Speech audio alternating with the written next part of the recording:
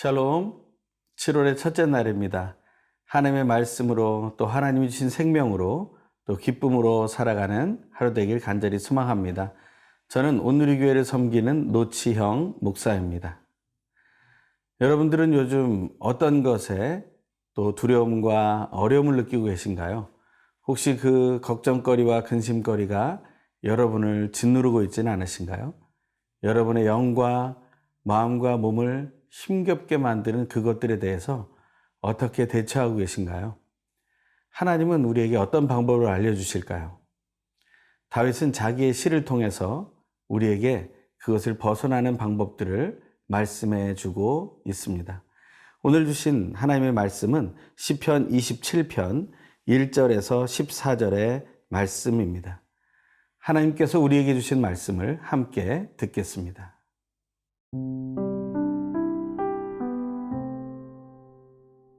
시편 27편 1절에서 14절 말씀입니다. 여호와는 나의 빛이요 나의 구원이시니 내가 누구를 두려워하리요. 여호와는 내 생명의 능력이시니 내가 누구를 무서워하리요. 악인들이 내 살을 먹으려고 내게로 왔으나 나의 대적들 나의 원수들인 그들은 실족하여 넘어졌도다. 군대가 나를 대적하여 진칠지라도 내 마음이 두렵지 아니하며 전쟁이 일어나 나를 치려 할지라도 나는 여전히 태어나리로다. 내가 여호와께 바라는 한 가지 일 그것을 구하리니 곧 내가 내 평생에 여호와의 집에 살면서 여호와의 아름다움을 바라보며 그의 성전에서 사모하는 그것이라. 여호와께서 환난 날에 나를 그의 초막 속에 비밀히 지키시고 그의 장막 은밀한 곳에 나를 숨기시며 높은 바위 위에 두시리로다. 이제 내 머리가 나를 둘러싼 내 원수 위에 들리리니 내가 그의 장막에서 즐거운 제사를 드리겠고 노래하며 여호와를 찬송하리로다. 여호와여, 내가 소리내어 부르짖을 때에 들으시고 또한 나를 긍휼히 여기사 응답하소서. 너희는 내 얼굴을 찾으라 하실 때에 내가 마음으로 주께 말하되 여호와여, 내가 주의 얼굴을 찾으리이다 하였나이다. 주의 얼굴을 내게서 숨기지 마시고 주의 종을 노하여 버리지 마소서. 주는 나의 도움이 되셨나이다. 나의 구원의 하나님이시여, 나를 버리지 마시고 떠나지 마소서. 내 부모는 나를 버렸으나 여호와는 나를 영접하시리이다. 여호와여, 주의 도를 내게 가르치시고 내 원수를 생각하셔서 평탄한 길로 나를 인도하소서. 내 생명을 내 대적에게 맡기지 마소서. 위증자와 악을 토하는 자가 일어나 나를 치려 함이니이다. 내가 산자들의 땅에서 여호와의 선하심을 보게 될 줄 확실히 믿었도다. 너는 여호와를 기다릴지어다. 강하고 담대하며 여호와를 기다릴지어다. 다윗은 시편 27편에서 아주 밝은 말을 하며 시작하는 것처럼 보입니다. 1절의 말씀입니다. 여호와는 나의 빛이요 나의 구원이시니 내가 누구를 두려워하리요. 여호와는 내 생명의 능력이시니 내가 누구를 무서워하리요. 이 구절만 보면 다윗은 아무것도 무서울 것도 두려울 것도 없는 사람인 것처럼 보입니다.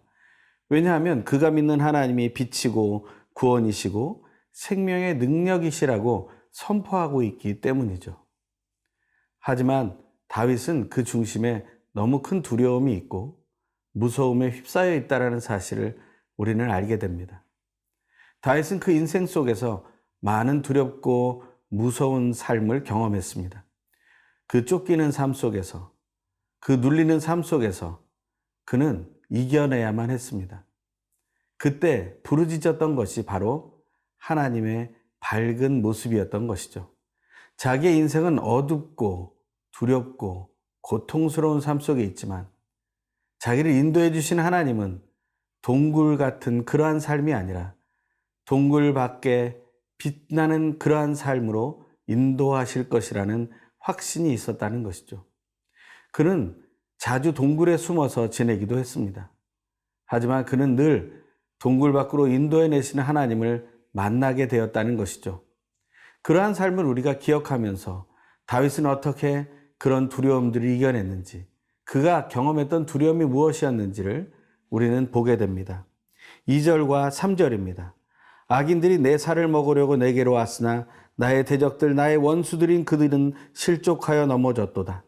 군대가 나를 대적하여 진칠지라도 내 마음이 두렵지 아니하며 전쟁이 일어나 나를 치려 할지라도 나는 여전히 태연하리로다. 악인들이 내 살을 먹으러 달려왔다. 이건 얼마나 무서운 고백입니까? 그것은 쫓길 수밖에 없는 것이고 공포에 휩싸일 수밖에 없는 경험 아니겠습니까? 그럼에도 불구하고 그는 하나님이 그 원수들을 실족하여 넘어지게 하시는 것을 보았다는 것입니다. 그래서 마음의 두려움이 사라졌고 전쟁이 일어나 나를 치려 할 때도 태어날 수 있었다라고 말하고 있는 것이죠. 하나님의 도우심만이 자기의 두려움을 이길 수 있는 방법이었다라는 것입니다. 성경은 두려움을 대처하는 방법은 두려움이다라는 말씀이 있습니다. 그것은 어떤 것이냐면 세상과 변하는 상황에 대한 두려움은 변하지 않는 하나님을 두려워하면서 이겨낼 수 있다는 것을 말합니다. 진정 우리가 두려워해야 할 것은 무엇입니까? 예수 그리스도께서 이렇게 말씀하셨죠. 우리의 육체를 죽일 수 있는 자들을 두려워하지 말아라. 우리의 영혼을 죽음으로 지옥으로 던지실 분을 두려워하라.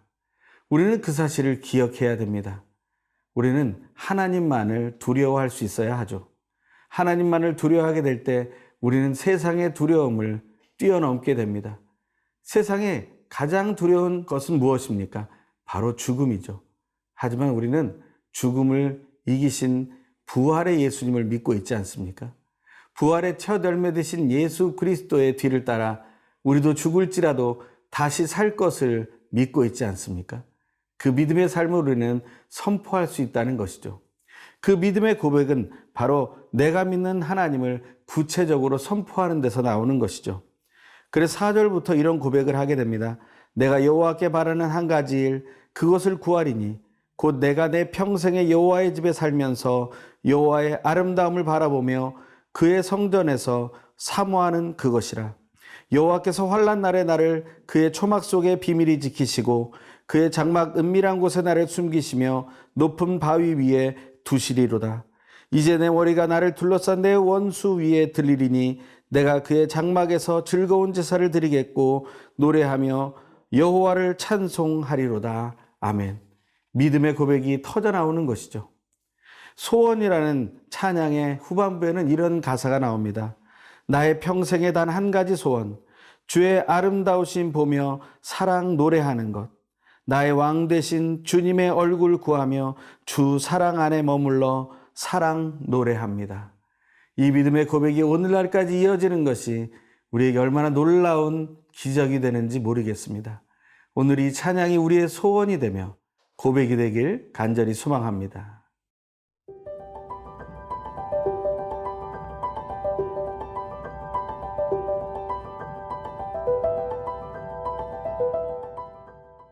다윗은 계속해서 힘들고 어렵고 두렵고 무서운 상황 속에서 자기의 믿음을 명확하게 선포하고 있습니다. 그 믿음은 바로 하나님뿐이라는 것을 고백하는 것이죠. 예수를 그리스도로 믿고 하나님의 나라를 소망하며 부활을 소망하는 우리들에게 진정한 믿음의 고백은 오직 하나님 아버지와 예수 그리스도, 성령 하나님, 곧 삼위일체 하나님만이 바로 우리의 구원자이심을 선포하는 데 있다는 것이죠. 그 의심 없는 믿음의 선포는 기도로 이어지게 되어 있습니다. 다윗의 시편은 늘 그렇게 구도를 잡고 있죠. 믿음의 선포와 그 믿음의 선포를 하는 자의 간절한 기도. 그것이 7절부터 나오는 기도가 되겠습니다. 7절부터의 말씀을 읽습니다. 여호와여, 내가 소리내어 부르짖을 때에 들으시고 또한 나를 긍휼히 여기사 응답하소서. 너희는 내 얼굴을 찾으라 하실 때에 내가 마음으로 주께 말하되 여호와여, 내가 주의 얼굴을 찾으리이다 하였나이다. 우리는 긍휼히 여기시며 응답하시는 하나님을 신뢰하기에 하나님께 기도할 수 있는 것입니다.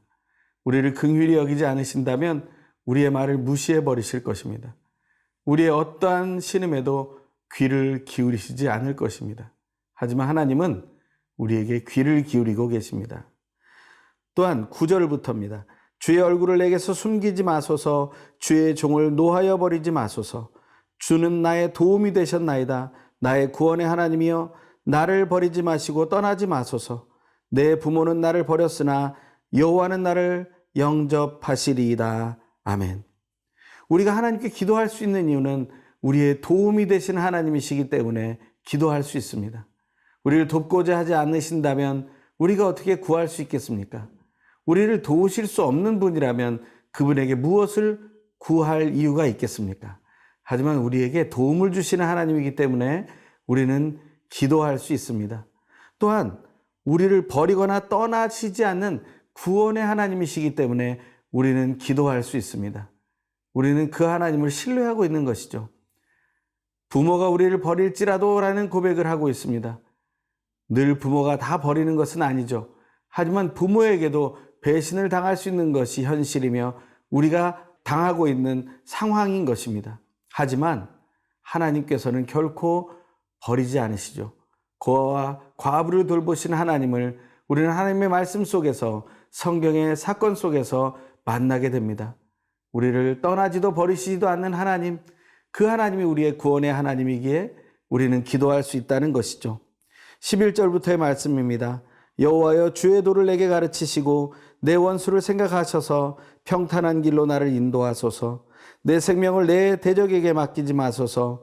위증자와 악을 토하는 자가 일어나 나를 치려 함이니이다.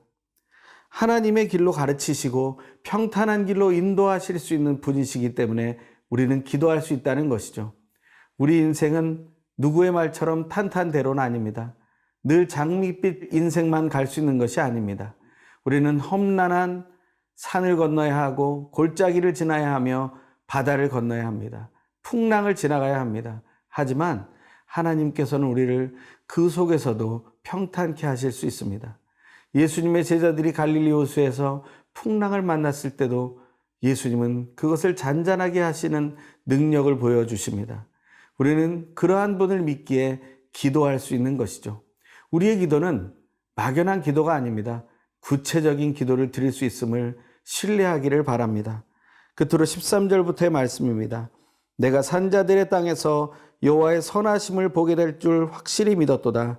너희는 여호와를 기다릴지어다. 강하고 담대하여 여호와를 기다릴지어다. 우리는 그저 끝도 없는 기다림을 기다리는 것이 아닙니다. 우리를 선함으로 인도하시고 우리를 산자의 땅으로 인도하시는 그런 선하신 하나님을 믿기에 기도하며 기다릴 수 있는 것이죠. 우리는 그 믿음의 삶을 하루하루 살아갈 수 있게 됩니다. 다윗의 이 시편의 고백을 통해서 하나님께 온전한 믿음을 선포하며 그 믿는 자의 기도로 하나님께 담대히 나아가는 우리의 삶이 되길 간절히 소망합니다.